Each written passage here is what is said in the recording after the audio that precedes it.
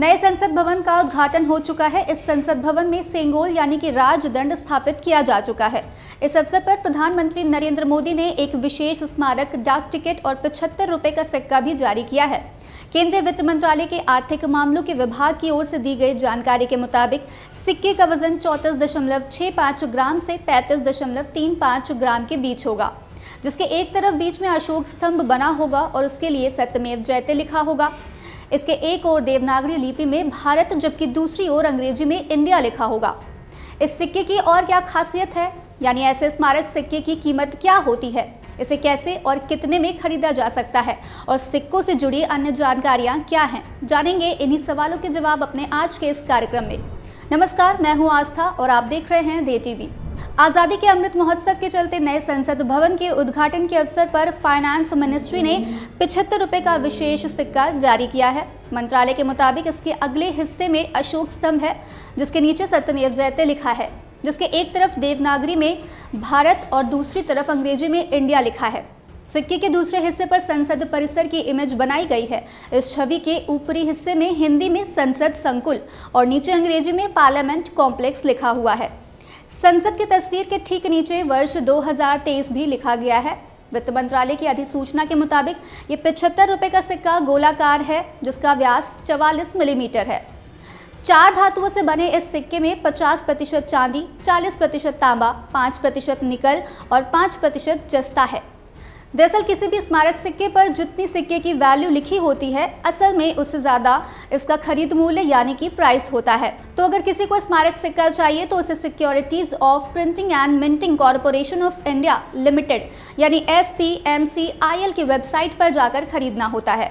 इसके पीछे के कारण की बात करें तो असल में ऐसे सिक्के किसी विशेष समय को याद रखने के लिए जारी किए जाते हैं, इसलिए इन्हें सिर्फ संग्रहणीय प्रतीक यानी कि कलेक्टिबल सिंबल के रूप में माना जाता है। अब क्योंकि इन सिंबल को बनाने में अक्सर कीमती धातु यूज की जाती है, इसलिए इनका असल मूल्य इन पर लिखे गए मूल्य के बराबर नहीं होता है। जैसे 75 रुपए के सिक्के में ही 50% चांदी है, इसलिए 75 रुपए का नहीं है तो ये 75 रुपए में नहीं खरीदा जा सकता। इसे इस तरह से समझिए कि साल 2018 में सरकार ने पूर्व प्रधानमंत्री अटल बिहारी वाजपेयी को सम्मानित करने के लिए 100 रुपए का स्मारक सिक्का जारी किया था, जिसका प्राइस SPMCIL की वेबसाइट पर 5,717 रुपए है।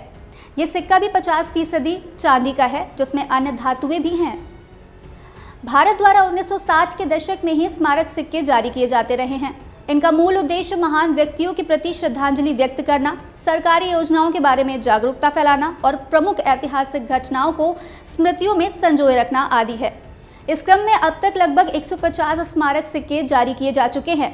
अब क्योंकि इस तरह के सिक्के जनरल सर्कुलेशन के लिए नहीं होते हैं, इसलिए इनका इस्तेमाल लेन देन के लिए नहीं होता है। इससे कोई खरीदारी नहीं की जा सकती और ज़्यादातर इसे सिक्कों को कलेक्ट करने के शौकीन लोग ही खरीदते हैं। अब लगे हाथ जान लेते हैं कि सिक्के ढालने का काम कौन करता है। दरअसल सिक्के बनवाने का अधिकार और जिम्मेदारी रिजर्व बैंक ऑफ इंडिया की नहीं बल्कि केंद्र सरकार की है।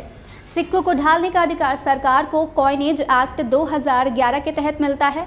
इसी के जरिए केंद्र सरकार अलग अलग मूल्यों के सिक्के डिजाइन करवाती और ढलवाती है।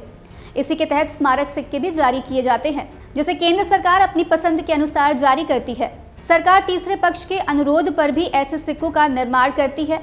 इन सिक्कों को ढालने के लिए भारत सरकार की मुंबई, हैदराबाद, कोलकाता और नोएडा में 4 टकसालें यानी मिंट है। चलते चलते आपके लिए एक सवाल छोड़ जाते हैं, जिसका जवाब आप हमें कमेंट बॉक्स में ज़रूर बताइएगा। देश ने अपना पहला स्मारक सिक्का कब जारी किया था? आज के इस एपिसोड में फिलहाल इतना ही। हम फिर मिलेंगे एक नए एपिसोड के साथ। तब तक के लिए मुझे दीजिए इजाज़त। नमस्कार।